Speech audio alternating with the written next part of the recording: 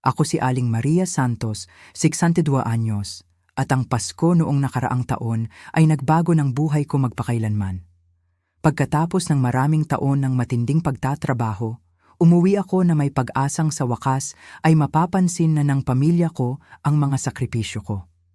Sa halip, nakita ko ang bunsong anak kong babae na si Lia na tumatanggap ng susi ng bagong-bagong Toyota Corolla Cross. Ako naman, isang maliit na kahon lang ang natanggap, na sa loob ay isang alkansiya na kulay rosas at isang 10 piso. Ang asawa ko na si Aling Elena ay ngumiti ng mahinhin at sinabi, "Ito ang ambag natin sa kinabukasan mo, anak." Noong gabing iyon, inayos ko ang mga gamit ko at umalis ng walang paalam. Habang nagmamaneho ako palayo, nag-vibrate ang cellphone ko dahil sa isang mensahe. Bago ko ikwento sa inyo kung saan ako pumunta noong gabing iyon, sabihin ninyo muna sa akin kung saan kayo nanonood at mag-subscribe upang hindi ninyo palagpasin ang susunod na nangyari sa paglalakbay ko sa paghahanap muli ng sariling halaga. Lumaki akong panganay na babae sa pamilyang Santos ay isang ehersisyo sa pagiging invisible. Ang bahay namin sa suburb ng Quezon City, Pilipinas ay mukhang perpekto mula sa labas. May maayos na bakod at panapanahong dekorasyon. Ang mga magulang ko na sina Mang Jose at Aling Elena na ngayon ay 71 at 76 anyos ay laging pinangangalagaan ang hitsura habang itinago ang tunay na dinamika ng pamilya sa mga kapitbahay at kaibigan. Nagsimula ito ng maaga. Noong 7 anyos ako at bagong panganak si Lia, agad at permanenteng nagbago ang atensyon. Ako, ang masunuring panganay, ay simpleng tango lang ang natatanggap, habang si Lia ay may mga ice cream party para sa mga participation awards. Naalala ko ang ika-10 kong kaarawan nang makalimutan ng mga magulang ko bumili ng cake dahil abala sila sa pagbili ng muebles para sa kwarto ni Lia. Nang umiyak ako tungkol doon sa hapunan, mabilis na sinaksak ng nanay ko ang kandila sa tinapay at tinawag na sapat na. "Maria, malaki ka na para maintindihan na mas kailangan ng atensyon ng kapatid mo," sabi ni tatay tuwing maglalabas ako ng nasaktang damdamin. "Maging responsable ka.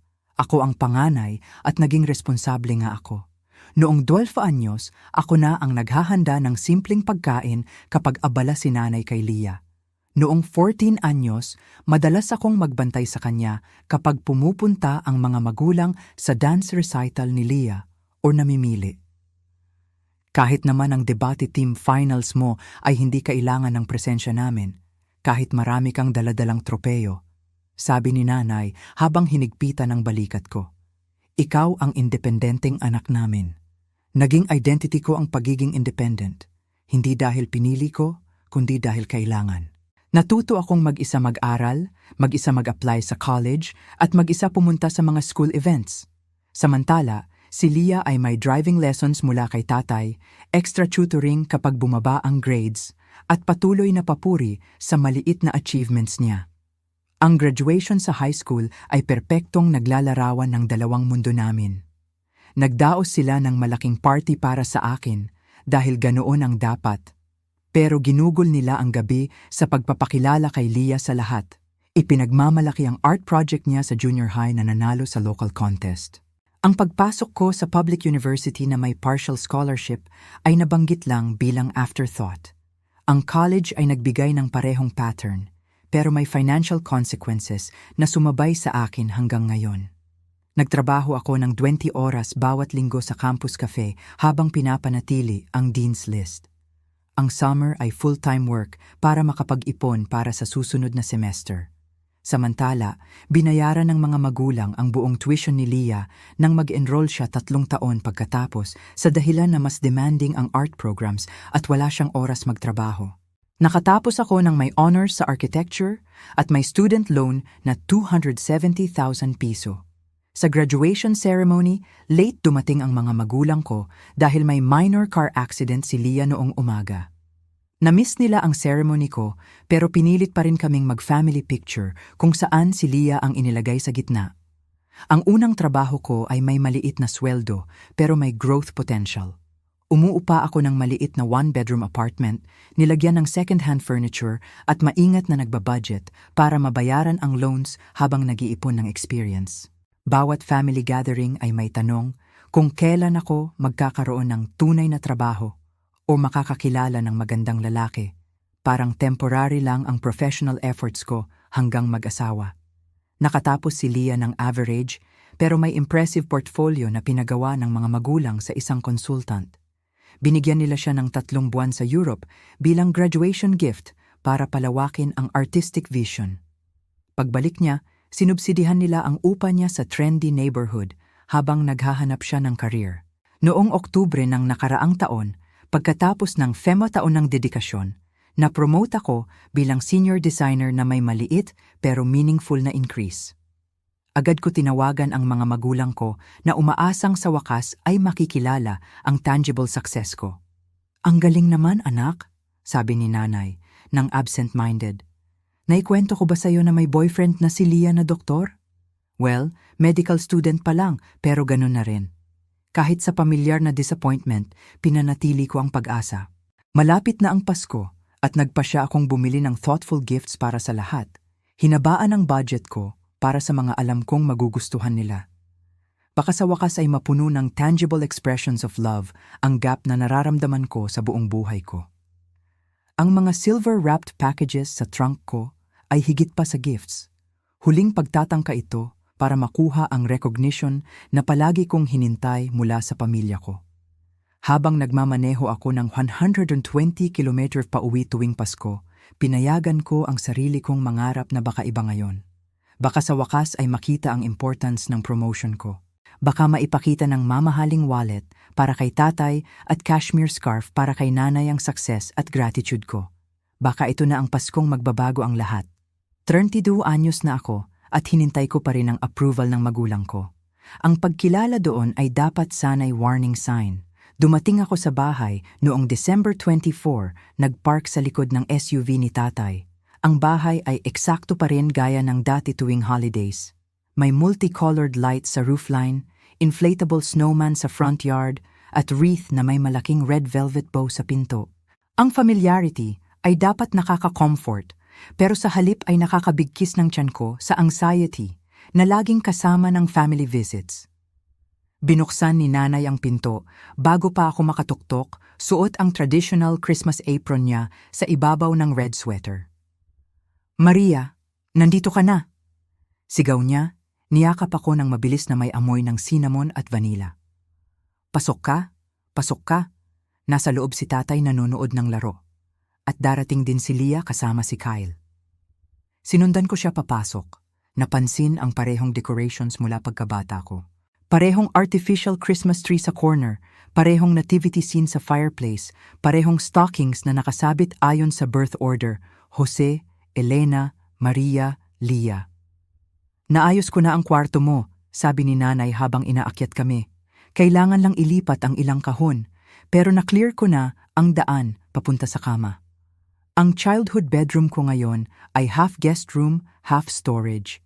May mga cardboard boxes na may label na tax documents at holiday decors na nakalinya sa isang wall. Ang double bed ay may bagong blanket na hindi ko pa nakita. At ang study table ko, na pinag-aralan ko ng maraming exams, ay natabunan na ng sewing projects ni nanay. "Para matulog lang naman, di ba?" sabi ni nanay nang makita ang expression ko. Ang kwarto ni Leah ay eksakto pa rin gaya ng iniwan niya. Siyempre, mas madalas siyang umuwi kaysa sayo. Tumango ako, inilagay ang overnight bag ko sa kama. "Okay lang, Nay. Salamat. Astig. Ngayon, tulungan na kita maghanda ng dinner. Kailangan balatan ng kamote."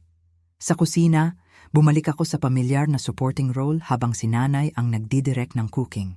15 minuto akong nagbabalat ng patatas nang biglang bumukas ang front door at umalingaw-ngaw ang boses ni Leah. "Nandito na kami," tawag niya. May dala si Kyle na wine. Lumitaw ang kapatid ko sa pintuan ng kusina na naka-designer jeans at green sweater na bagay sa mata niya. Mata na kamukha ko rin, kahit hindi siya kailanman umiyak sa gabi dahil sa student loans. Kasunod niya si Kyle, matangkad at gwapo na may confidence ng med student. May dalang 2 bote ng wine na malamang mas mahal kaysa weekly grocery budget ko. Maria, pagbati ni Leah na may mabilis na yakap bago lumingon kay nanay. Nay, hintayin mo kung ano binili ni Kyle sa akin ngayong Pasko. Gusto ko sanang ikwento, pero sabi niya, hintayin daw. Agad iniwan ni nanay ang turkey na inihahanda para bigyan ng full attention si Leah. Bigyan mo ako ng hint. Nagpatuloy ako magbalat ng patatas mag-isa, nakikinig sa excited conversation nila. Pumasok si tatay mula living room, nilampasan ako ng tuluyan para yakapin si Leah. Ito ang paborito kong anak, sigaw niya pagkatapos napansin si Kyle at nakipagkamay. Welcome back, anak. Sumali ka sa panonood ng laro. Tay! Tawag ko. Kamusta? Bumalik siya, parang ngayon lang niya ako nakita. Ay Maria, kailan ka pa dumating? Mga 1 oras na po. Ayos, ayos. Tumango siya ng vague. Kamusta trabaho? Maganda po actually. Na-promote ako bilang senior designer noong October. Ngayon ako na nagha-handle ng sarili kong projects. Nagdidisenyo ng building para may pambayad ng bahay, di ba? Sabi niya na may distracted smile, nakalingon na ulit kay Kyle. Tara na anak, sayang ang aksyon. Nawala ang 2 lalaki sa living room. Habang si Leah ay nagsalin ng wine para sa kanila ni nanay, hindi ako inimbita. Bumalik ako sa patatas. Nagtataka kung bakit umaasa pa rin ako ng iba. Hanggang 6:00 dumating sina Tiyahin Linda at Tiyuhin Steve kasama ang mga pinsan kong Jessica at Brian. Lalong naging maingay ang bahay nang dumating pa ang ibang kamag-anak at nahanap ko ang sarili ko, gaya ng dati, na responsable sa pagkuha ng coats, pagre-refill ng drinks, at pagtiyak na puno ang appetizer trays. Kaya pala Maria, sabi ni Tiyahin Linda habang nahuli ako sa cheese platter. Single pa rin? Hindi na bata ang biological clock mo. Nakatuon po ako sa career ko, sagot ko. Ready-made na ang sagot, automatikong lumalabas. Maganda ang career, pero ang pamilya ang lahat, sabi niya, tinapik ang braso ko. Tingnan mo ang kapatid mo at ang boyfriend na doktor. Tama ang ginagawa niya. Ganoon ang takbo ng usapan habang naghahanda ng dinner. Walang nagtatanong tungkol sa promotion ko o trabaho ko. Sa halip, sinasagot ko ang mga tanong tungkol sa dating prospects at subtle hints tungkol sa egg freezing. Pinatulong ako ni nanay mag-set ng table gamit ang family china, ang mga plato na may delicate floral pattern na mana kay Lola. Habang maingat kong inaayos ang bawat setting, naalala ko noong aksidenteng nabasag ko ang isa sa mga plato na ito noong 11 anyos ako. Pinagbawalan ako ni tatay ng 2 linggo, tinawag akong careless at irresponsible. 3 taon pagkatapos, nagwala si Leah at sinipa lahat ng plato sa sahig. Linis lang ng mga magulang ko. Siniguro sa kanya na aksidente lang at mapapalitan naman. Siguro nakita iyon sa mukha ko dahil huminto si nanay habang inilalagay ang silverware. May problema ba? Wala, mabilis kong sagot. Ingat lang sa China. Mabuti. Ang mga plato na ito ay irreplaceable family heirloom. Maliban kung si Leah ang magbasag. Malinaw na ang Christmas Eve dinner ay isang perfectly executed tradition showcase. Golden brown ang turkey, abundant ang sides, at ang conversation ay nakasentro sa artistic efforts ni Leah at med school experiences ni Kyle. Nang binanggit ko ang challenging project ko kamakailan para sa sustainable office building, binago ni tatay ang topic para itanong kay Kyle ang residency plans niya. Pagkatapos ng dinner ay ang annual viewing ng It's a Wonderful Life. Gaya ng dati, ang seating arrangement ay nag-iwan sa akin sa sahig habang si Leah ay nakakulot ng komportable sa sofa sa gitna namin ni nanay at tatay. Si Kyle ang honored guest sa armchair. Sumandal ako sa coffee table, nararamdaman ang pamilyar na lower back pain habang tumatakbo ang pelikula. Habang pinapanood ko ang karakter na natutong mahalaga siya sa iba, naisip ko kung may mapapansin ba kung bigla akong mawala. May magiiwan ba ng butas ang pagkawala ko sa family picture na ito? Nang matapos ang pelikula at maghanda na ang lahat matulog, tumulong ako maglinis habang pinapakita ni Leah kay Kyle ang childhood photo albums. Ang mga album na siya ang highlight sa bawat page habang ako ay nakikita lang sa group shots, madalas nakakrop. Natulog ako nung gabing iyon sa storage room ko, napaligiran ng mga kahon na mas deserving ng space kaysa sa childhood memories ko. Bukas ay Pasko na. Huling pagkakataon para maging iba. Huling pagkakataon para makita ako ng pamilya ko. Hindi regular ang tulog ko, naabala ng panaginip tungkol sa walang laman na stockings at car keys na abot kamay lang. Dumating ang umaga ng Pasko na maliwanag at malamig na sinag ng araw na sumasalamin sa bagong niyebe noong nakaraang gabi. Maaga akong gumising gaya ng dati at bumaba para maghanda ng breakfast. Ito ay unspoken expectation. Si Maria ang bahala sa breakfast habang natutulog pa ang iba. Naghalo ako ng pancake batter, nagprito ng bacon at nagtimpla ng kape, inayos lahat sa buffet style sa counter. Unti-unting naaamoy ang pagkain at bumaba ang lahat. Si Leah ang huli, dramatic na humikab, ang buhok niya ay perpekto pa rin kahit bagong gising. Sumunod si Kyle, nakayakap sa baywang niya. Grabe, gutom na gutom ako, anunsyo ni Leah habang pinupuno ang plato. Maria, bakit hindi mo ako ginising ng mas maaga? Alam mo naman kung paano ako kapag gutom. Alam ko. Alam ng buong pamilya. Palaging emergency ang gutom ni Leah. Samantala, natuto akong ganap na baliwalain ang sarili kong pangangailangan. Pagkatapos ng breakfast, nagtipon kami sa living room sa paligid ng Christmas tree. Ang gift exchange ay sumunod sa parehong order mula pagkabata, mula pinakabata hanggang panganay. Kaya si Leah palagi ang nauuna. Ngayong taon, kasama si Kyle, siya muna ang nagbukas ng gifts mula sa pamilya. Tila talaga niyang na-appreciate ang bawat isa, kasama ang leather wallet na pinili ko para sa kanya. Si Leah naman ang sumunod, punit-punit ang mga wrapper nang may childlike excitement kahit 25 anyos na. Binuksan niya ang gift ko, concert tickets sa favorite band niya, na may mabilis na salamat bago lumipat sa susunod. Ang mga ticket na yon ay halos kalahati ng monthly discretionary budget ko. Pero pareho lang ang reaction niya noong binigyan ko siya ng 500 piso candle noong nakaraang taon. Ako naman ang huli pagkatapos ng lahat ng pinsan. Binuksan ko ang gifts ko ng methodical, nagpapasalamat sa bawat isa. Ordinary scarf mula kay Tiyahin Linda, bath products mula sa pinsan, at department store gift card mula sa magulang.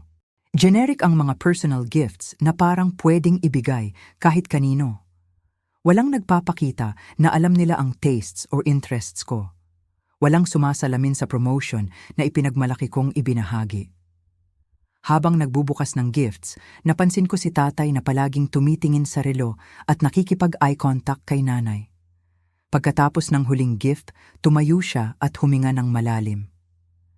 May special surprise tayo ngayong taon, anunsyo niya na may malaking ngiti. Leah, ipinagmamalaki namin ni nanay ang artistic achievements mo at ang bright future mo. Gusto naming gumawa ng espesyal para maipakita ang suporta namin. Inabot niya kay Leah ang maliit na box na nakabalot sa gold paper. Sa loob ay car key na may prominent Toyota logo. Sumigaw si Leah, tumalon-talon. Hindi nga, seryoso ba kayo? Tumakbo kami lahat sa labas. Nakalinya kami sa harap kung saan nakapark ang bagong-bagong white Toyota Corolla Cross na may malaking red bow.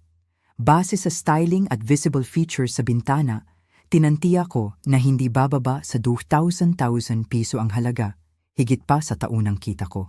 Deserve mo ito, anak, sabi ni nanay. Niyakap si Leah habang masayang-masaya itong umikot sa bagong sasakyan. Kailangan mo ng maaasahang sasakyan para sa bagong gallery internship mo. Unpaid, pero prestigious internship. Internship na nakuha ng magulang namin sa connections. Internship na inirereklamo ni Leah dahil masyado raw maaga magising. Kumuha ng picture si Kyle kay Leah na nagpo-post sa bagong kotse habang proud na ngumingiti ang magulang ko. Nakatayo ako sa porch, nakapaloob ang mga braso ko para labanan ang lamig, muling nakaramdam ng invisibility. Pagbalik namin sa loob, habang nagpapainit ng mga daliri sa fireplace, biglang sumigaw si nanay, "Ay, halos makalimutan namin. Maria, may special din kami para sa'yo."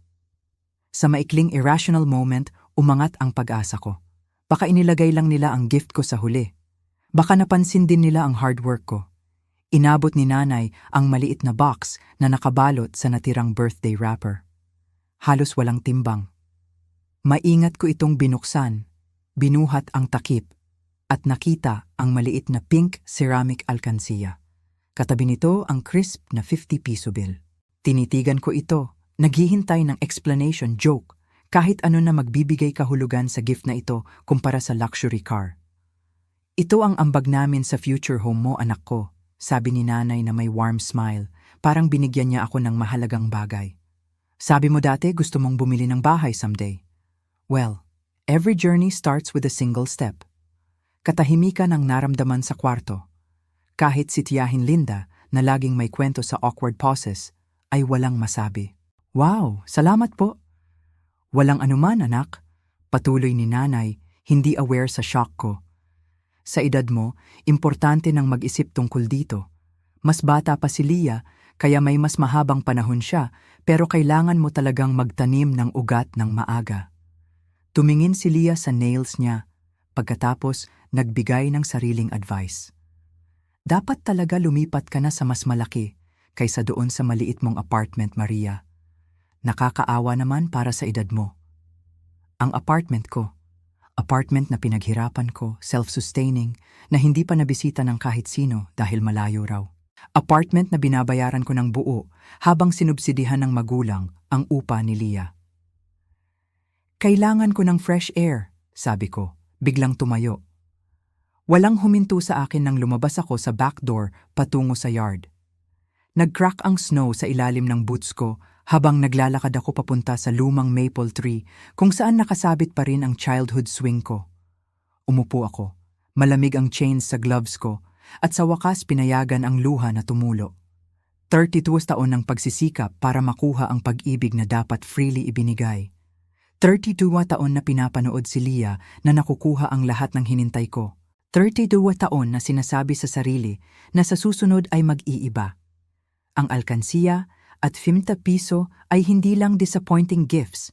Malinaw na mensahe ito gaya ng winter sky sa ulo ko. Kayang-kaya mo mag-isa. Palagi mo naman ginagawa. Habang lumalamig ang jeans ko at nagyayelong luha sa pisngi ko, may sumabog sa loob ko. Pero sa pagsabog na yon ay dumating ang clarity. Hindi ito magbabago kailanman. Masyadong malalim ang pattern, masyadong comfortable para sa lahat na involved. Maliban sa akin. Kung gusto ko ng iba, kailangan ko itong gawin mag-isa. Nanatili ako sa swing hanggang mamanhid ang daliri ko at humupa ang luha. Unti-unting lumilinaw ang desisyon, sabay-sabay, hindi ko na kaya bumalik sa bahay na iyon at magpanggap pa. Dapat may magbago. At dahil hindi magbabago ang pamilya ko, kailangan kong magbago ako.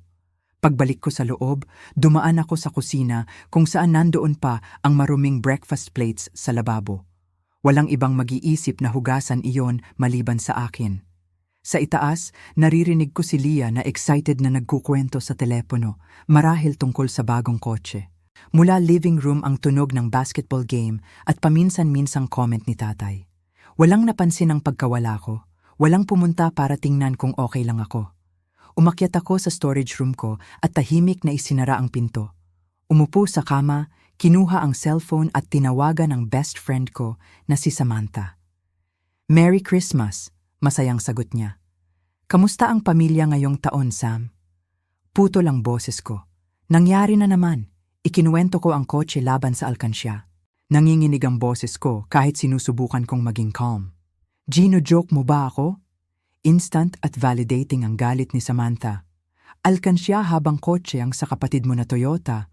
Grabe yon, Maria. Cruel yon. Alam ko, bulong ko. Hindi ko na kaya. Kung ganon, wag mo nang gawin. Simpleng sagot niya. May kwarto dito sa akin para sa'yo hanggat kailangan mo. 2 oras lang ang Manila mula Quezon City. May branch din ang company mo doon, magbago ka na. Ang simpleng suggestion ay tumama sa akin ng malakas. Kaya ko palang umalis, hindi lang ngayon, kundi forever. Kaya ko palang maglagay ng physical distance sa pinagmumulan ng sobrang sakit. Pero Pasko, simula ko, pagkatapos tumigil. Ano ba ang pinoprotektahan ko? Illusion ng family harmony, tradition ng self-sacrifice. Magaganap ang Pasko kahit wala ka roon. Malumanay na sabi ni Samantha. Ang tanong ay kung gusto mo pang gumastos ng 1 minuto na ganyang pakiramdam gayong may ibang option ka. Pagkatapos ng tawag, tahimik akong umupo, pinag-iisipan ang lalim ng pinag-iisipan ko. Talagang pwede akong i-transfer sa Manila office. Na-offer sa akin yon noong promotion, pero tinanggihan ko para malapit sa pamilya. Month to month ang lease ko. Walang totoong barrier maliban sa emotional ties na binuo ko sa buong buhay kahit patuloy ang ebidensya na hindi sila reciprocated. Binuksan ko ang maleta ko at nagsimulang mag-empack ng systematic, hindi lang ang dala ko para sa holiday, kundi pinili rin ang ilang childhood items pa rin sa kwarto. Ang high school graduation tassel ko, college friends photo album, maliit na wooden box na ginawa ni Lolo bago siya namatay. Habang inaayos ang drawers, nakita ko ang mga lumang diaries ko mula teenager years. Pagbubuklat ay nagpakita ng heartbreaking pattern. Bawat entry pagkatapos ng entry, nalilito at nasasaktan sa parental favoritism. Sinusundan ng self-blame at promises na mas magsisikap, mas magiging mabuti para makuha ang pag-ibig na freely ibinigay kay Leah. Naisip kong i-confront sila, ilabas ang mga tao ng sakit at hingin ang acknowledgement. Nakakapagod isipin. Ano ang makukuha ko? More denial, more gaslighting, more subtle suggestions na mali ang perception ko. Mas mabuti pang i-channel ang energy na iyon sa pagbuo ng bago. Sa isang stationery paper mula sa desk, sumulat ako ng maikling note. Pupunta ako Manila ngayon. Ang contrast ng gift ni Leah at sa akin ay nagbigay linaw sa ilang bagay sa akin. Kailangan ko ng space para i-process ang family dynamics natin at kung anong role, kung meron man, ang gusto kong gampanan nito sa future ko. Huwag muna akong kontakin sandali, Maria. Walang apology, walang detailed explanation na maaaring i-twist o i-deny. Simple truth lang at boundary, marahil ang unang tunay na boundary na nailagay ko sa pamilya ko. Tinipli ko ang papel at inilagay sa kama na naayos ko na.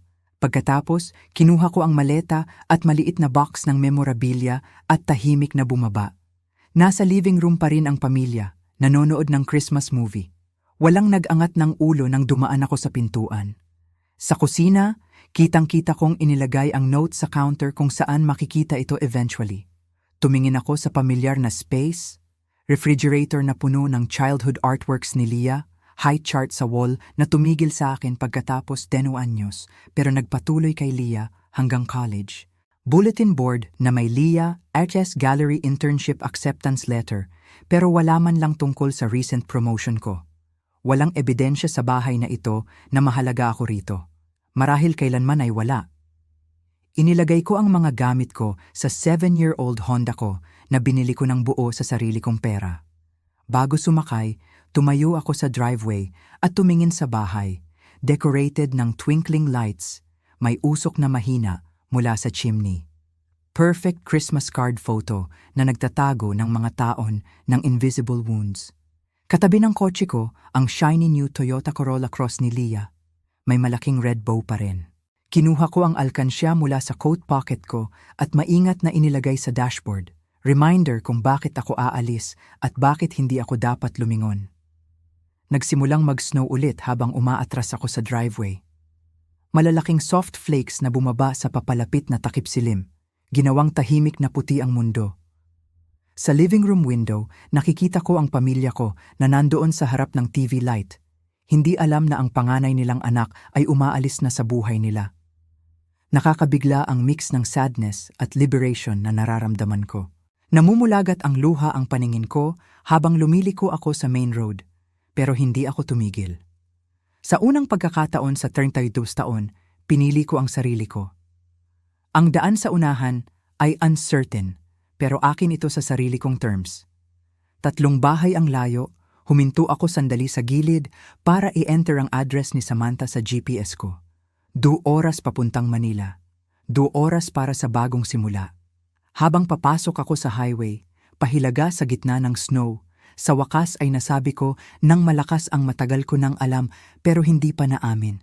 Hindi nila ako minahal sa paraang kailangan ko at hindi ko kasalanan iyon. Nakahanging ang mga salita sa kotse na parang magic spell nagpapalaya sa akin mula sa dekada ng pagsisikap na kitain ang bagay na dapat birthright ko. Binuksan ko ang radio, humanap ng station na walang Christmas music at itinuloy ang kotse ko patungo sa future. Isang oras na pahilaga, mas makapal na ang snow, bumaba ang visibility at napilitan akong mag 70 km/h. Ang cellphone ko tahimik mula nang umalis ako. Biglang nag-vibrate sa cup holder. Tumingin ako, umaasang message mula kay Samantha na nagche-check ng progress ko. Sa halip, pangalan ni nanay ang lumitaw na may message na nagpatigil ng hininga ko. Huwag kalimutan bayaran ang utility bill na due sa 28. Hindi. Nasaan ka? O ligtas ka ba? O bumalik ka naman. Reminder lang tungkol sa bills. Bills para sa apartment ko na hindi ko naman kinalimutan bayaran. Bills na kumakatawan sa independent life ko na kinamak lang niya sa alkansiya. Tinitigan ko ang message sa disbelief hanggang may busina na nagpabalik sa akin sa daan. Pinokus ko ang kalsada, nanginginig ang mga kamay sa manibela. 10 minuto pagkatapos, nag-vibrate ulit ang phone. Ngayon naman si tatay. Internet payment bukas. Siguraduhin may enough funds sa account mo. Muli, walang concern sa whereabouts o welfare ko. Financial reminders lang, parang ang tanging value ko sa kanila ay ang responsibility ko. Trait na ipinilit nila sa akin mula pagkabata habang pinalaya si Leah sa ganoong expectations. Sunod-sunod na tumawag si nanay. Pinabayaan ko sa voicemail. Pagkatapos pinakinggan ng mag-iwan siya ng message na mas irritated kaysa worried. Maria, nasaan ka ba? Malapit na kaming mag-dessert at nagtatanong si tiyahin tungkol sa'yo. Napaka-inconvenient ng timing. Inconvenient timing, parang ang emotional breaking point ko ay dapat ischedule ng mas convenient para sa pamilya. Marami pang tawag pagkatapos na patuloy kong ini-ignore. Ang voicemails ay umusad mula irritation hanggang confusion. Dramatic naman ang note mo, sabi ni nanay sa second message. Hindi ko maintindihan bakit ka aalis sa Pasko dahil lang sa simpleng gift. Cute naman ang alkansiya. Hindi naman kailangang mahal para maging meaningful. Pagkatapos si tatay, Maria, malungkot ang nanay mo. Hindi ko alam anong nangyari sa'yo, pero childish ang behavior na ito. Tumawag ka agad sa amin. Sa wakas si Leah, ginago mo ang Pasko? Maria, wala kaming kasalanan ni nanay at tatay. Ginoso ka lang sa kotse ko. Selfish yon. Lagi naman nilang binibigay sa'yo lahat ng kailangan mo. Bawat message ay mas lalong sumaksak sa kutsilyo. Kahit ngayon, hindi nila ako nakikita o ang sakit ko. Kahit ngayon, dinideny nila ang feelings ko at dinidefend ang actions nila. Kahit ngayon, tungkol sa kung paano naapektuhan sila ng reaction ko, hindi kung paano nila ako naapektuhan sa loob ng dekada. Huminto ako sa susunod na rest stop, hindi natiwala sa sarili kong magmaneho ng safe sa snowstorm at emosyon. Isang roadside diner na may warm glow sa winter darkness. Glorious all-day breakfast sa flickering neon. Nagpark ako at pumasok, hinahanap ang warmth at temporary shelter. Halos walang tao ang dinner tuwing Christmas Eve. Isang matandang waitress na may silver hair at kind eyes ang lumapit sa table ko. Merry Christmas, Cariño. Inilagay niya ang menu at nagbuhos ng kape nang hindi nagtatanong. Tumango ako, hindi tiwala sa boses ko. Pinagmasdan niya ang mukha ko sandali, pagkatapos malumanay na sinabi, mukhang kailangan mo ng higit pa sa kape.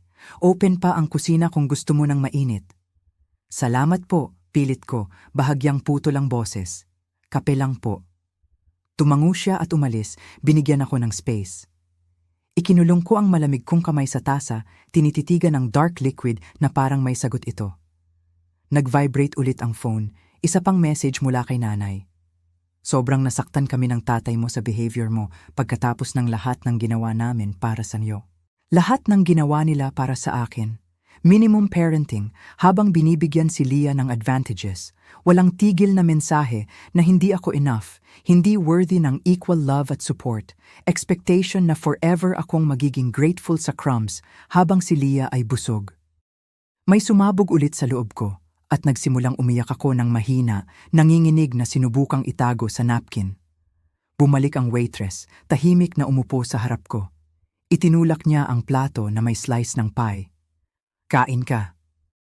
Hindi ko alam kung anong pinagdadaanan mo, pero walang dapat umiyak mag-isa tuwing Pasko. Ang simple niyang kindness ay nagpabagsak sa akin ng tuluyan. Lalo akong umiyak. Dekada ng pent-up hurt ang lumabas sa dinner sa harap ng stranger na nagpakita ng higit na care kaysa pamilya ko. Umalis ako sa pamilya ko ngayon. Sa wakas ay nasabi ko, pinupunasan ng luha. Siguro forever. Tumango ang waitress, Gloria, ayon sa name tag niya. Umalis ako sa pamilya ko noong 27 anyos ako. Pinakamahirap at pinakamabuti kong ginawa. Naging mas madali ba? Tanong ko. Mawawala ang guilt, sabi niya. Lalaki ang relief. Sa huli, magbubuo ka ng mas mabuti. Nag-usap kami habang kinakain ko ang pie na may perfect crust. Ikinuwento ni Gloria ang sarili niyang dysfunctional family story at ang buhay na binuo niya pagkatapos. Ngayon ay 52 anyos na siya, may-ari ng dinner na ito sa loob ng 30 taon at nagtayo ng chosen family ng mga kaibigan na sama-samang nagse-celebrate ng holidays. Dugo ang nag-uugnay sa'yo, pero pag-ibig at respeto ang gumagawa ng pamilya, sabi niya sa akin. May mga swerte na may pareho sa iisang tao. Ang iba sa atin ay kailangang hanapin ang tunay na pamilya habang naglalakbay. Pagkatapos ng pie at pangalawang tasa ng kape, banayad na ulit ang snow. Pinilit ni Gloria na mag-take out ako ng pie at pinapangako na tatawag ako sa makakausap kapag safe na ako. Sabi ng weather, lalala ang bagyo mamaya, babala niya. May magandang motel, 2 exit mula rito kung kailangan mong huminto. Nagpasalamat ako, binayaran ng kape kahit ayaw niya at nag-iwan ng tip na nagpabukas ng mata niya.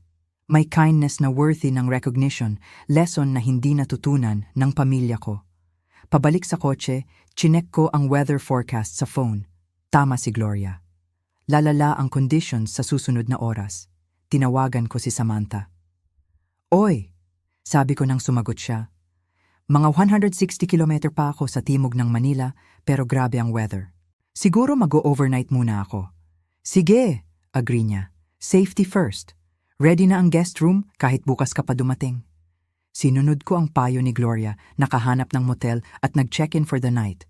Simple pero malinis ang kwarto, isang kama, closet, maliit na banyo.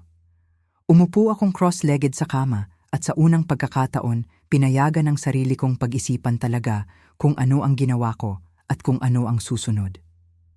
Binuksan ko ang laptop at nag-draft ng email sa supervisor ko na humihingi ng transfer sa Manila office, citing family circumstances. Pagkatapos, nagsimulang maghanap ng apartment sa Manila, gumawa ng listahan ng neighborhoods, kinuwenta ang budget at nagplano. Ang practical tasks ay nag-come sa akin, nagbigay form sa vague decision ko.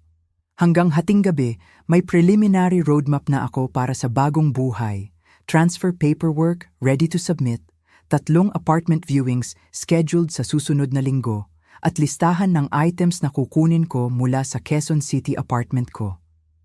Natulog ako noong gabing iyon na may hangin na umiihip sa labas ng bintana, dinadala ang huling labi ng buhay na matagal ko nang tiniis. Malinaw ang langit sa umaga pero nagyelo ang temperatura. Pagkatapos ng quick breakfast sa motel diner, tinawagan ko ang supervisor ko kahit December 26 pa. Maria, okay ka lang ba? Sagot niya, halatang worried sa holiday call.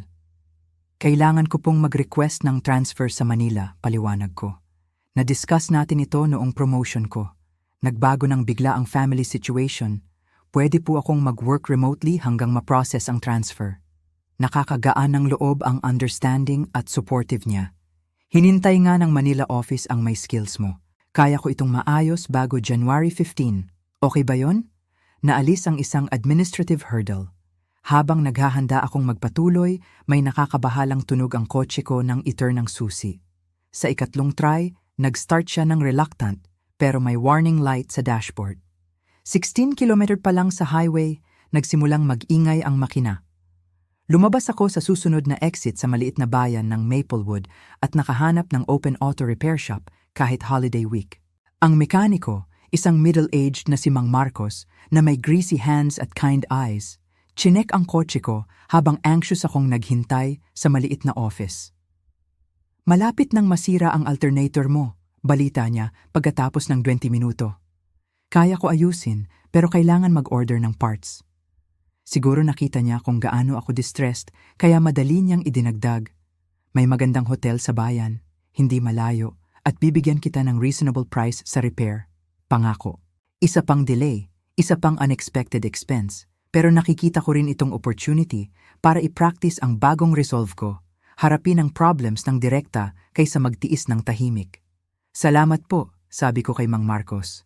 Appreciate ko po ang honesty ninyo. Habang naghihintay ng kotse, nag-explore ako ng Maplewood, isang charming town na may Victorian buildings at small businesses na decorated pa rin para sa holidays. Sa isang cafe, binuksan ko ang laptop at sinimulang mag-set ng boundaries sa pamilya ko. Binlock ko ang numbers nila sa phone, nag-set ng email filter para mapunta sa separate folder ang messages nila. Pwede ko silang i-check kapag emotionally ready na ako at inalis sa social media ko. Bawat action ay masakit at liberating. Parang ginugupit ang sugat para magsimula ang healing. Noong December 29, naayos na ang kotse ko at clear ang roads. Sa wakas natapos ko ang journey papuntang Manila.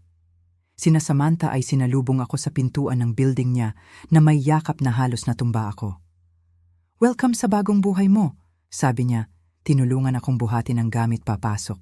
Noong gabing iyon, umupo kami sa sofa niya, uminom ng wine at nag-usap hanggang 3:05 ng umaga. Umiyak ako, tumawa, nagalit sa dekada ng accumulated hurt. Pinakinggan ako ni Samantha ng walang judgment, nagbigay ng validation kaysa denial na sanay ako mula sa pamilya. "Alam mo ba kung ano ang pinakamasama?" Sabi ko sa kanya, nang late na. May parte pa rin sa akin na umaasang bigla nilang marirealize ang ginawa nila at magsosorry. Pathetic ba yon? Hindi pathetic, matatag na sagot ni Samantha. Tao lang, program tayo na hanapin ang connection sa parents natin. Matagal bago matanggap kapag unhealthy ang connection na yon. Natulog ako noong gabing iyon sa guest bed ni Samantha, pagod pero peaceful. Sa unang pagkakataon sa memory ko, inuna ko ang happiness ko kaysa family expectations. Mahirap ang daan sa unahan, pero sa pagkakataong ito ay akin ang pagpili. Ang alkansya ay nasa bedside table, hindi na symbol ng rejection, kundi reminder ng moment na sa wakas na pagdesisyunan kong deserve ako ng higit pa. Ang Enero sa Manila ay puno ng tuloy-tuloy na ulan at simula ng rebuilding ko. Ang unang linggo sa apartment ni Samantha ay exercise sa unpacking, late sleeping, long walks sa ilalim ng payong at unti-unting pag-amin sa emotional damage na zininormalize ko sa buong buhay ko. Tahimik pa rin ang phone ko matapos i-block ang family numbers, pero nagsisimula ng mag-pile up ang emails sa special folder ko. Subject lines mula "unacceptable ang behavior mo" hanggang "safe ka ba?" hanggang "overdue ang bills." Minsan ko lang silang sinisilip pero hindi pa sumasagot. Pinapayagan ko ang sarili kong mag-heal muna bago mag-engage. Sa encouragement ni Samantha, sinimulan kong i-explore ang mga neighborhoods sa Manila sa pagitan ng ulan. Ang maulap na langit at lush cityscape ay nagbigay ng fitting sense ng transition. Hindi na familiar Quezon City territory ni hindi rin totally foreign land. Isang in-between space para sa in-between state ko. Dumating ang transfer paperwork. Sabi ko kay Samantha isang gabi habang kumakain ng Thai takeout. Magsisimula na ako sa Manila office sa Lunes. Dapat i-celebrate yan, deklarasyon niya, nagbuhos pa ng wine para sa new beginnings. Ang unang linggo ko sa Manila office ay lumampas sa expectations. Tinanggap ng new colleagues ko ang experience ko at talagang impressed ang creative director sa portfolio ko. Sa unang pagkakataon, nakita ko ang sarili ko sa environment kung saan valued ang contributions ko nang walang qualifiers o comparisons. May malaking presentation tayo next month para sa Westside Development, sabi sa akin ng direktor pagkatapos ng unang linggo ko. Gusto kitang hawakan ang sustainable elements. Ang eco-office project mo sa Quezon City ay eksakto ang kailangan natin. Ang recognition, opportunity, trust. Simple professional courtesies na revolutionary ang feeling pagkatapos ng maraming taon ng pagiging overlooked. Secured na ang work ko, inilipat ko ang focus sa paghahanap ng sariling lugar. Incredible supporter si Samantha, pero kailangan kong mag-establish ng independence sa bagong lungsod ko. Pagkatapos tingnan ng ilang units, nakahanap ako ng 1-bedroom sa Capitol Hill. Medyo mahal kaysa sa QC apartment ko. Pero lakarin lang papuntang work at puno ng natural light, perfect para sa architectural sketches ko. Bagay na bagay sa'yo, sabi ni Samantha. Tinulungan akong ayusin ang gamit noong weekend ng move-in ko. Nakikita ko na ang personality mo dito. Personality ko, hindi afterthought sa mas valuable existence ni Leah, hindi responsible counterpart sa creative spirit niya. Ako lang, defined sa sarili kong terms. 3 linggo pagkatapos kong umalis, nadiskubre ng pamilya ko ang bagong location ko sa pamamagitan ng careless social media post kung saan natag ako ng coworker sa Manila networking event. Nabutas ang carefully built dam, binaha ang phone ko ng voicemails at messages mula sa unknown numbers na ginagamit nila para lampasan ang blocks ko. Maria, matagal na ito, simula ng message ni tatay. Nag-aalala talaga ang nanay mo. Ang approach ni nanay ay lumipat sa health concerns. Tumaas ang BP ko dahil sa situation na ito. Gusto mo ba akong magkasakit sa worry? Si Leah, predictable, ginawa itong tungkol sa sarili niya. May weird noise ang kotse ko at hindi kayang dalhin ni tatay sa dealer dahil stressed siya sa, salamat ha. Bawat message ay sinusubukang hilahin ako pabalik sa family dynamics. Ang responsible daughter ay dapat makonsensya sa pagiging cause ng problems. Dapat iset aside ang sariling needs para mapanatili ang harmony. Dapat tanggapin ang mas kaunti dahil selfish ang gustuhin ng higit pa. Nag-draft ako ng dos-dose ng replies pero walang ipinadala. Sa halip, prinint ko ang emails, dinala sa unang therapy session ko at binasa ng malakas kay Dr. Keller, compassionate woman, na may silver-streaked hair na specialist sa family trauma. Ano ang napapansin mo sa mga messages na ito? Tanong niya pagkatapos kong matapos basahin. Lahat tungkol sa kung paano naapektuhan sila ng pagkawala ko, sagot ko. Walang umamin kung bakit ako umalis. Exactly, tumango siya. Pamilyar ba sa'yo ang pattern na yan? Iyan ang story ng buong buhay ko. Sa mga susunod na linggo, naging anchor ko ang therapy habang nagna-navigate ako ng boundary setting habang pinoproseso ang dekada ng emotional neglect.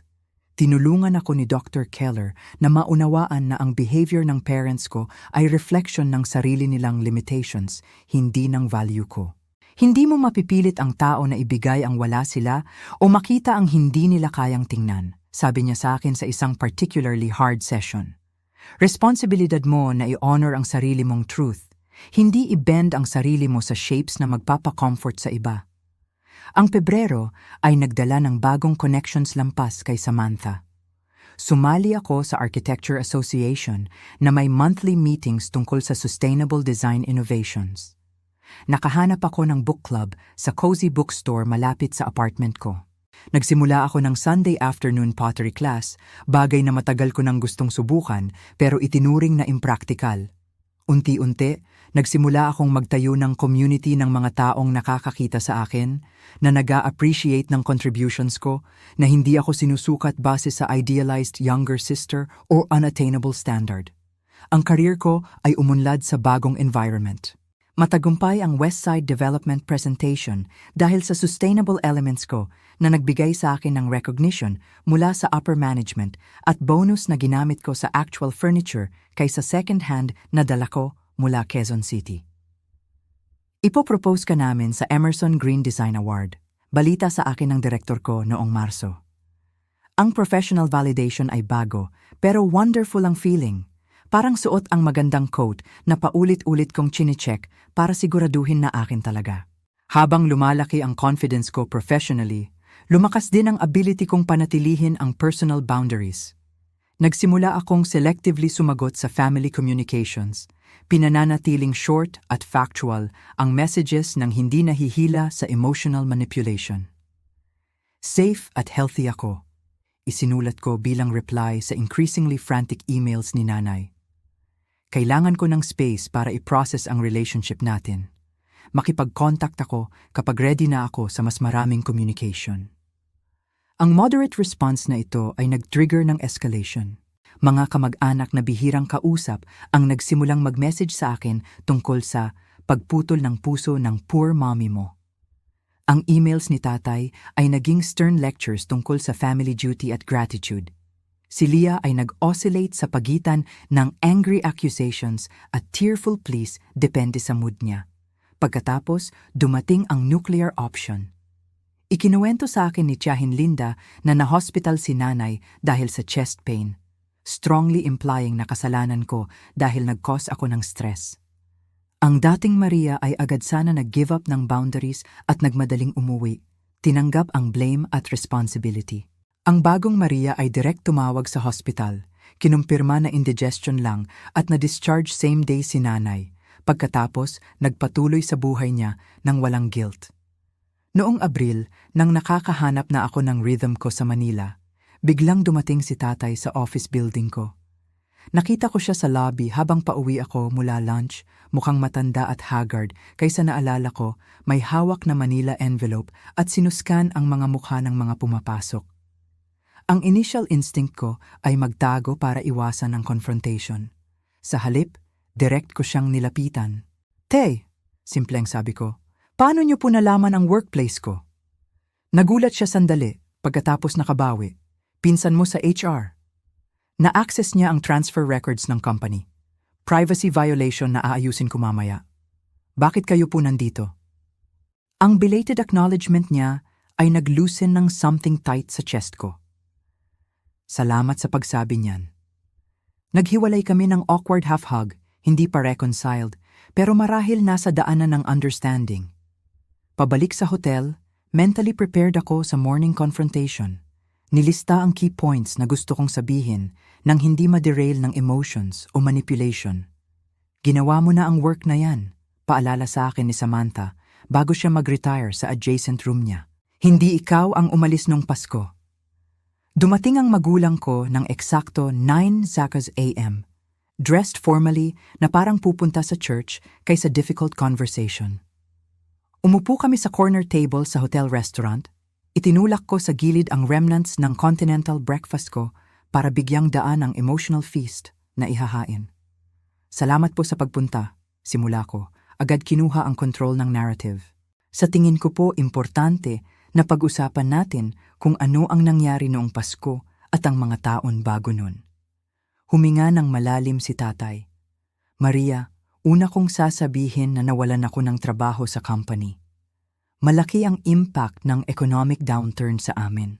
Nag-part-time si nanay para makatulong sa gastos. Sorry po talaga sa work ninyo, tay," sincere kong sabi. "Siguradong mahirap yon." "Kailangan naming ibenta ang Toyota," dagdag ni nanay. Malungkot si Leah pero wala kaming choice. Tumango ako, naghihintay na i-connect nila ito sa larger conversation namin.